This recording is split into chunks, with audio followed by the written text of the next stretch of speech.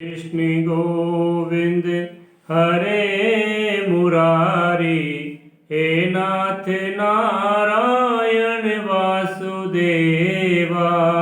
पिता माता स्वामी सखा हमारे, हे नाथ नारायण वासुदेवा। हे नाथ नारायण वासुदेवा। ओम नमो भगवते वासुदेवाय।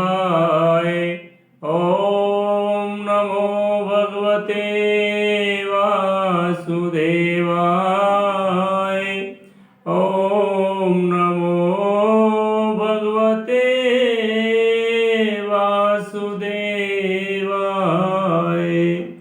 ओम नमो भगवते वासुदेवाय। ओम नमो भगवते वासुदेवाय। आइए आज की इस वीडियो में हम श्रीमद् भगवत गीता के 6ठे अध्याय का पाठ का वीडियो बनाने जा रहे हैं। ये वीडियो इसलिए बनाई जा रही है, आप सभी सज्जनों, श्रद्धालुओं, श्रोताओं को नित्य सुनने के लिए, आप ये गीता जी के 6ठे अध्याय का पाठ रोज सुन सके, इसके लिए वीडियो बनाई जा रही है। क्योंकि आप कभी सफ़र में चल रहे हैं, आपको गीता जी का पाठ करने की डेली की आदत है, गीता जी घर पे रह गई है, आपको पाठ सुनना है गीता जी का, तो आप इस मेरे YouTube चैनल P.अनिल शास्त्री, इस पे गीता जी का ये 6ठा अध्याय निकाल करके उसका पाठ सुन सकते हैं, या रोज सुन सकते हैं, हर दिन सुन सकते हैं। नहीं तो 11, 14 अमावस विशेष तिथियों में, विशेष पर्व के समय आप ये वीडियो पाठ सुन सकते हैं। और यदि किसी भी जीव को प्राण त्यागने में परेशानी हो रही है, उसका प्राण नहीं छूट रहा है, उसकी आत्मा देह नहीं छोड़ रही है, तो उसको भी वीडियो सुनाया जाए तो उसका भी जो है प्राण छूट सकता है। तो आइए गीता जी के 6ठे अध्याय का पाठ आरंभ करते हैं। ओम श्री परमात्मने नमः। 6ठा अध्याय। उसके उपरांत श्री कृष्ण महाराज बोले, हे अर्जुन, जो पुरुष कर्म के फल को नहीं चाहता हुआ करने योग्य कर्म करता है, वे सन्यासी और योगी है। अर्थात केवल अग्नि को त्यागने वाला सन्यासी योगी नहीं है, तथा केवल क्रियाओं को त्यागने वाला भी सन्यासी योगी नहीं है। इसलिए हे अर्जुन, जिनका सन्यास ऐसा कहते हैं, उसी को तू योग जान, क्योंकि संकल्पों को ने त्यागने वाला कोई भी पुरुष योगी नहीं होता। समस्त बुद्धि रूप योग में आरूढ़ होने की इच्छा वाले मननशील पुरुष के लिए योग की प्राप्ति में निष्काम भाव से कर्म करना ही हेतु कहा गया है। और योगारूढ़ हो जाने पर उस योगारूढ़ पुरुष के लिए सर्व संकल्पों का अभाव ही कल्याण में हेतु कहा है। जिस काल में न तो इंद्रियों के भोगों में आसक्त होता है और न कर्मों में ही आसक्त होता है, उस काल में सर्व संकल्पों का त्यागी पुरुष योगारूढ़ कहा जाता है। और योगारूढ़ता कल्याण में हेतु कही है। इसलिए मनुष्य को चाहिए कि अपने द्वारा अपना संसार समुद्र से उद्धार करे और अपने आत्मा को अधोगति में नहीं पहुँचावे, क्योंकि यह जीवात्मा आप ही तो अपना मित्र है और आप ही अपना शत्रु है। यदि आपने इस आत्मा को परमात्मा के साथ जोड़ दिया है संसार में रहते हुए, तो समझो आप इस आत्मा के मित्र हैं। और यदि आप इस आत्मा को नहीं जोड़ पाए परमात्मा से, तो समझो आप ही इस आत्मा के शत्रु भी हैं। ये भगवान श्री कृष्ण अर्जुन से कह रहे हैं। अर्थात कोई दूसरा शत्रु या मित्र नहीं है। उस जीवात्मा को तो वे आप ही मित्र है, और जिस जीवात्मा द्वारा मन और इंद्रियों सहित शरीर जीता हुआ है और जिसके द्वारा मन और इंद्रियों सहित शरीर नहीं जीता गया है, उसका वह आप ही शत्रु के सदृश शत्रुता में वर्तता है। हे अर्जुन, सर्दी गर्मी और सुख दुख आदि को में और तथा मान और अपमान में भी जिनके अंतःकरण की श्रुतियाँ अच्छी प्रकार शांत है अर्थात विकार रहित है, ऐसे स्वाधीन आत्मा वाले पुरुष के ज्ञान में सच्चिदानंद घन परमात्मा सम्यक प्रकार से स्थित है, अर्थात उसके ज्ञान में परमात्मा के सिवा अन्य कुछ है ही नहीं। ज्ञान विज्ञान से तृप्त है अंतःकरण जिसका तथा विकार रहित है स्थिति जिनकी और अच्छी प्रकार जीती हुई है इंद्रिया जिसकी तथा समान है मिट्टी पत्थर और स्वर्ण जिसके वे योगी युक्त अर्थात भगवान की प्राप्ति वाला है, ऐसे कहा जाता है। जो पुरुष सुहृद मित्र बैरी उदासीन मध्यस्थ द्वेषी और बंधुगणों में तथा धर्मात्माओं में और पापियों में भी समान भाव वाला है, वे अति श्रेष्ठ है। भगवान ये कह रहे हैं यहाँ पे, इसलिए उचित है कि जिसका मन और इंद्रियों सहित शरीर जीता हुआ है, ऐसा वासना रहित और संग्रह रहित योगी अकेला ही एकांत स्थान में स्थित हुआ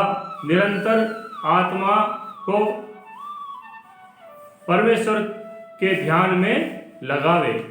शुद्ध भूमि में कुशा वृक्षाला और वस्त्र है उपरोपरि, जिसके ऐसे अपने आसन को ने अति ऊंचा और ने अति नीचा स्थिर स्थापन करके और उस आसन पर बैठकर तथा मन को एकाग्र करके चित्त और इंद्रियों की क्रियाओं को बस में किया हुआ अंतःकरण की शुद्धि के लिए योग का अभ्यास करें। इंसान को योग का अभ्यास करना चाहिए। उसकी विधि इस प्रकार है कि काया सिर और ग्रीवा को समान और अचल धारण किए हुए दृढ़ होकर अपनी नासिका के अग्रभाग को देखकर अन्य दिशाओं को ने देखता हुआ और ब्रह्मचर्य के व्रत में स्थित रहता हुआ भय रहित तथा अच्छे प्रकार शांत अंतःकरण वाला और सावधान होकर मन को वश में करके मेरे में लगे हुए चित्त वाला और मेरे पारण हुआ स्थित होवे। इस प्रकार आत्मा को निरंतर परमेश्वर के स्वरूप में लगाता हुआ स्वाधीन मन वाला योगी मेरे में स्थिति रूप परमानंद पराकाष्ठा वाली शांति को प्राप्त होता है। परंतु हे अर्जुन, ये योग ने तो बहुत खाने वाले को सिद्ध होता है और ने बिल्कुल ने खाने वाले का तथा ने अति शयन करने वाले के स्वभाव वाले का और ने अत्यंत जागने वाला का ही सिद्ध होता है। ये दुखों का नाश करने वाला योग तो यथायोग आहार और विहार करने वाले का तथा कर्मों के यथायोग्य चेष्टा करने वालों का और यथायोग शयन करने तथा जागने वालों को का ही सिद्ध होता है। इसमें हमें बिल्कुल समभाव से रहना है। जागने सोने में खाने पीने में बिल्कुल बराबर रहना है, वही ये सिद्धि प्राप्त कर सकता है। इस प्रकार योग के अभ्यास को अत्यंत बस में किया हुआ चित्त जिस काल में परमात्मा में ही भली प्रकार स्थित हो जाता है, उस काल में संपूर्ण कामनाओं से स्पृह रहित हुआ पुरुष योग युक्त ऐसा कहा जाता है। जिस प्रकार वायु रहित स्थान में स्थित दीपक चलायमान नहीं होता है, वैसे ही उपमा परमात्मा के ध्यान में लगे हुए योगी के जीते हुए चित्त की कही गई है। हे अर्जुन, जिस अवस्था में योग के अभ्यास से निरुद्ध हुआ चित्त उपराम हो जाता है और जिस अवस्था में परमेश्वर के ध्यान से शुद्ध हुई सूक्ष्म बुद्धि द्वारा परमात्मा को साक्षात करता हुआ सच्चिदानंद घन परमात्मा में ही संतुष्ट होता है तथा इंद्रियों के अतीत केवल शुद्ध बुद्धि सूक्ष्म बुद्धि द्वारा ग्रहण करने योग्य जो अत्यंत आनंद है उसको जिस अवस्था में अनुभव करता है और जिस अवस्था में स्थित हुआ यह योगी भगवत स्वरूप में से नहीं चलायमान होता है और परमेश्वर की प्राप्ति रूप जिस लाभ को प्राप्त होकर उससे अधिक दूसरा कुछ भी लाभ नहीं मानता है और भगवत प्राप्ति रूप जिस अवस्था में स्थित हुआ योगी बड़े भारी दुख से भी चलायमान नहीं होता है। जो दुख रूप संसार के संयोग से रहित है, जिसका नाम योग है, उसको जानना चाहिए। भय योग ने उकताए हुए चित्त से अर्थात तत्पर हुए चित्त से निश्चय पूर्वक करना कर्तव्य है। इसलिए मनुष्य को चाहिए कि संकल्प से उत्पन्न होने वाली संपूर्ण कामनाओं को निश्चेषता से अर्थात वासना और आसक्ति सहित त्याग कर और मन के द्वारा इंद्रियों के समुदाय को सब ओर से ही अच्छी प्रकार बस में करके क्रम से अभ्यास करता हुआ उपरामता को प्राप्त होवे और धैर्य युक्त बुद्धि द्वारा मन को परमात्मा में स्थित करके परमात्मा के सिवा और कुछ भी चिंतन नहीं करे। ऐसा इंसान का मन चित्त भगवान में लगा हुआ होना चाहिए। लेकिन हम भगवान में चित्त नहीं लगा करके संसार में चित्त को लगा बैठते हैं और अंत में हमें परमात्मा की प्राप्ति नहीं हो पाती है। परंतु जिसका मन बस में नहीं हुआ हो उसको चाहिए कि यह स्थिर में रहने वाला और चंचल मन जिस कारण से सांसारिक पदार्थों में विचरता है उसके से रोककर बारंबार परमात्मा में ही निरोध करना चाहिए। इस मन को रोक करके जब संसार में घूमने लगे मन इसको रोक करके परमात्मा में इसको बार बार लगाना, क्योंकि जिसका मन अच्छी प्रकार शांत है और जो पाप से रहित है और जिसका रजोगुण शांत हो गया है, ऐसे इस सच्चिदानंद घन ब्रह्म के साथ एकीभाव हुए योगी को अति उत्तम आनंद प्राप्त होता है। यह वह पाप रहित योगी इस प्रकार निरंतर आत्मा को परमात्मा में लगाता हुआ सुखपूर्वक परब्रह्म परमात्मा की प्राप्ति रूप अनंत आनंद को अनुभव करता है। हे अर्जुन, सर्वव्यापी अनंत चेतन में एक ही भाव से स्थिति रूप योग से युक्त हुए आत्म वाला तथा सब में समभाव से देखने वाला योगी आत्मा को संपूर्ण भूतों में बर्फ के जल के सदृश व्यापक देखता है और संपूर्ण भूतों को आत्मा में देखता है। अर्थात जैसे स्वप्न में जगा हुआ पुरुष स्वप्न के संसार को अपने अंतर्गत संकल्प के आधार देखता है, वैसे ही वह पुरुष संपूर्ण भूतों को अपने सर्वव्यापी अनंत चेतन आत्मा के अंतर्गत संकल्प के आधार देखता है।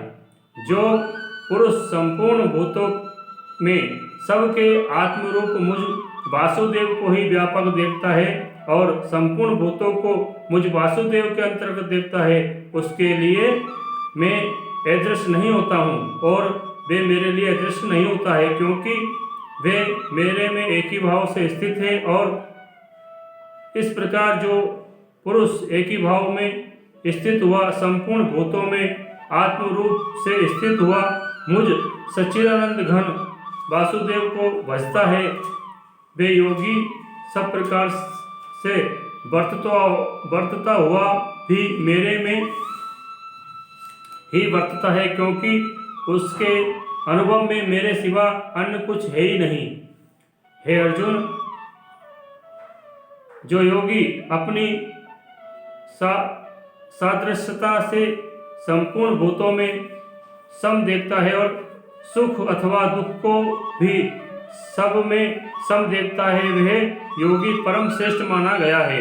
इस प्रकार भगवान के वाक्यों को सुनकर अर्जुन बोले, हे मधुसूदन, जो वह यह ध्यान योग अपने समत भाव से कहा गया है, इसकी मैं मन में चंचल होने के से बहुत काल तक ठहरने वाली स्थिति को नहीं देखता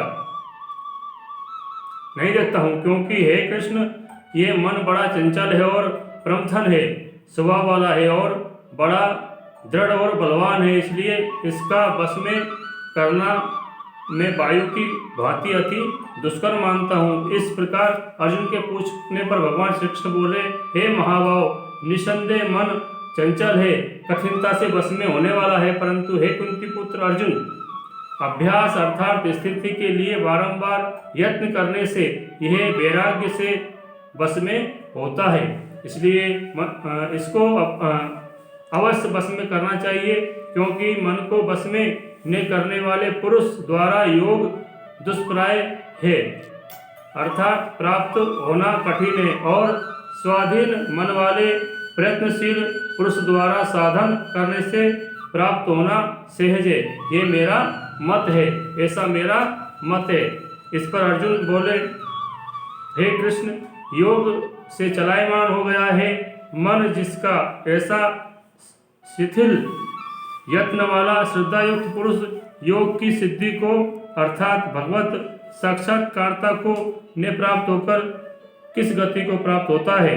हे महाभाव, क्या यह भगवत प्राप्ति के मार्ग में मोहित हुआ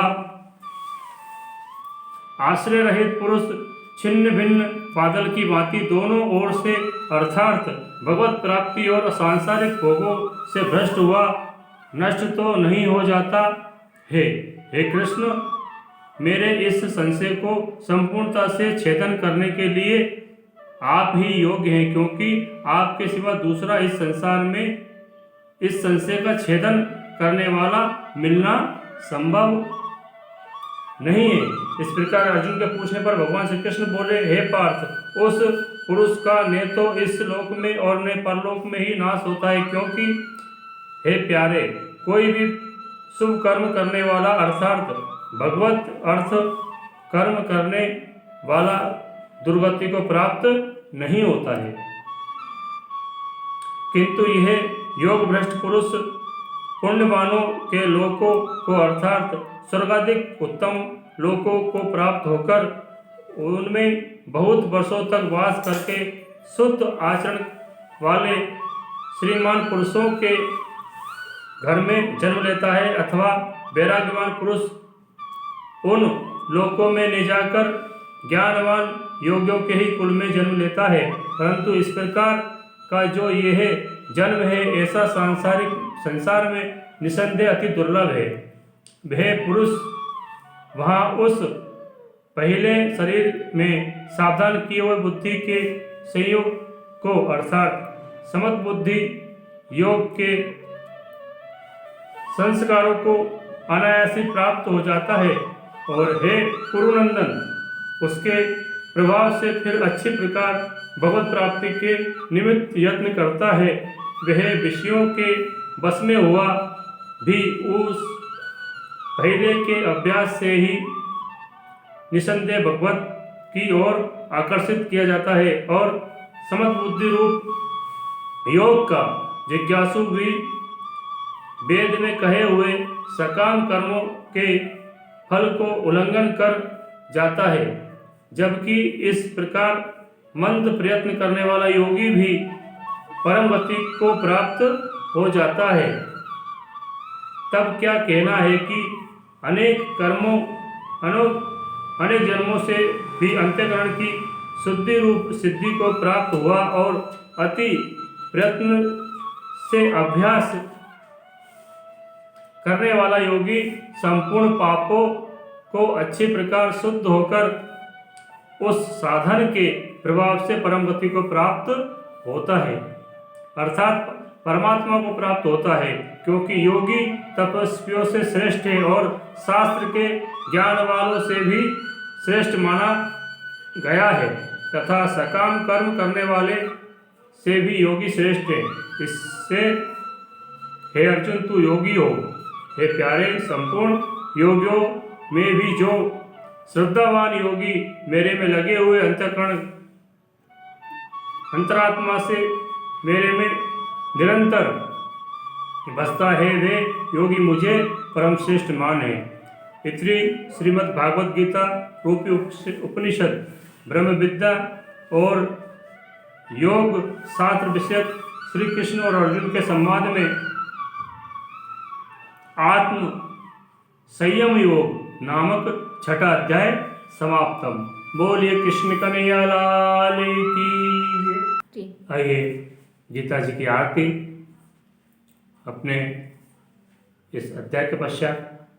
ओम जय भगवत गीते मैया जय भगवत गीते, हरि कमल विहारिणी हरि कमल विहारिणी सुंदर सुपुनीते।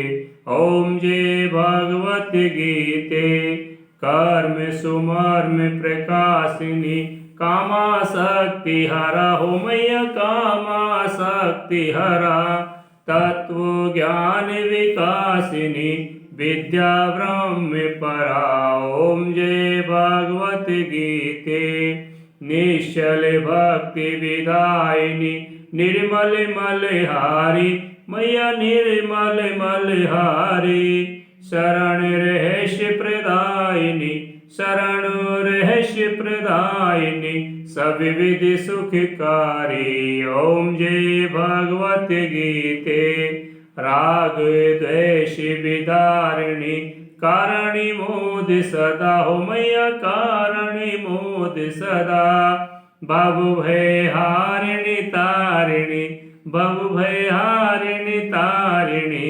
परमानंद प्रदा।